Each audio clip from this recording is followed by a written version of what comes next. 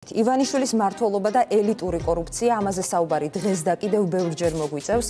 ბევრი ყოფილი ჩინოვნიკის დაკავების ამბავსაც გავიგებთ, ეს ჯერჯერობით ქვეყნის შიგნით უპურად დარჩენილი მოქალაქეებისთვის გადაგდებული სანახაობაა.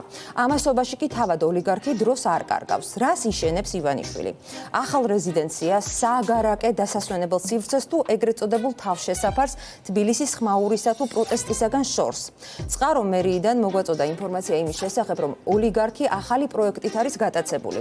ჩვენ ვიყავით ადგილზე, მშენებლობა შინდისში უკვე დაწყებულია. ადგილი მართლაც ჩდამბეჭდავია. გარშემო ტყე, უკან ტბა, წინ თბილისის პანორამული ხედი, რომელსაც ვეღარაფერი დაჩრდილავს.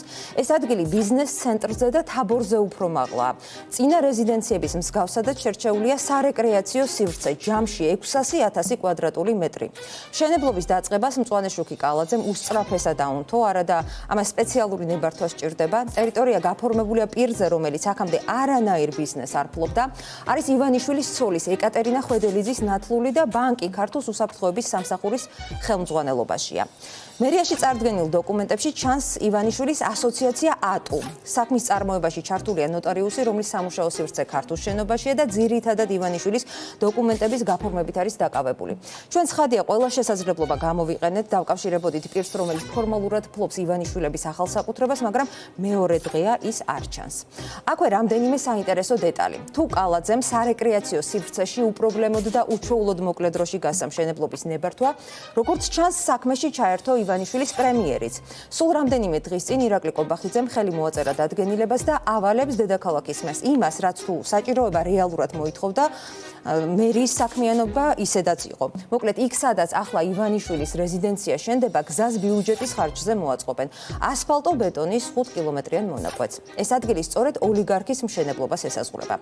ჩვენ სხვადასხვა სპეციალისტთან გავიარეთ კონსულტაცია და მაღალი ალბათობით ტაბახმელას ბოლოში, შავნაბადას ქუჩაზე, სადაც მიწის ნაკვეთები ოლიგარქის ოჯახმა შეიძინა, სადაც ახალ სივრცეს იწყობს და სადაც რეჟიმის მთავრობა გზის შეკეთებას დაიწყებს, იუნკრების სანგრები იყო.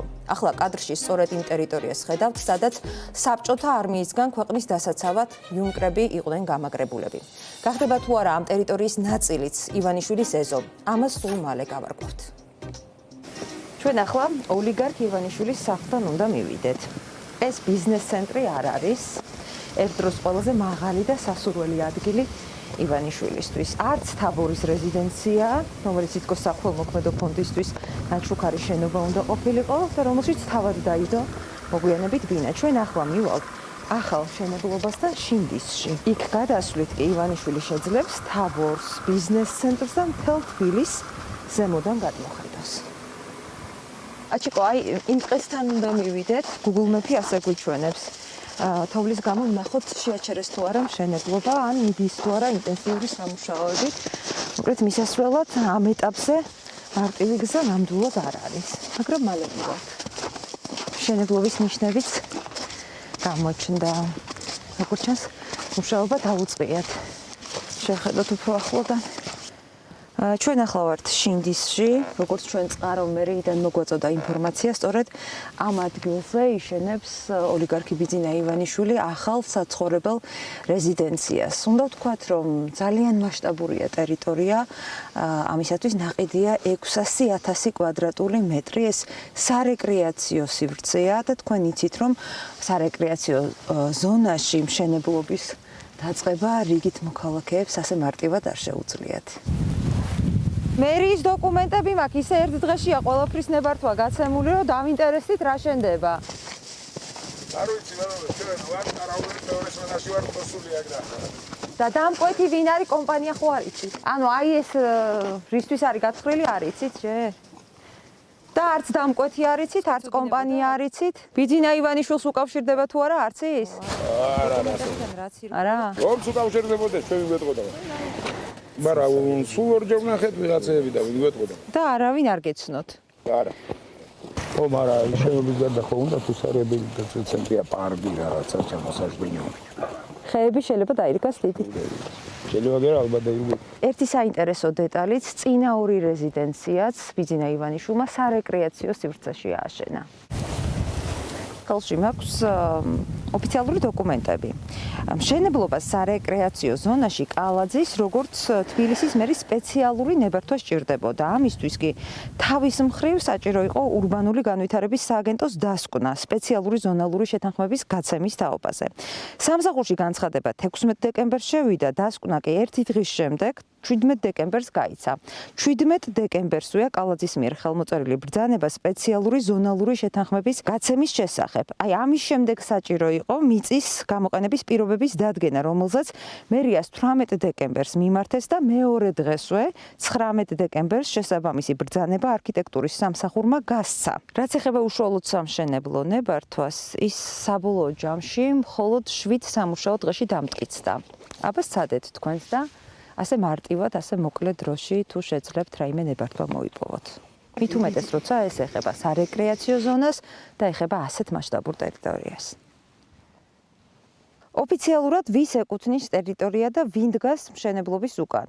რეესტრის მონაცემების მიხედვით მესაკუთრე არის ირაკლი სანიკიძე და მის საკუთრებაში არსებული კომპანია, რომელიც სწორედ ამ ნაკვეთების შესყიდვის წინ 2025 წლის ნოემბერში დაფუძნდა. 12 ნოემბერს დარეგისტრირებულმა კომპანიამ პირველი ნაკვეთი 13 ნოემბერს შეისყიდა.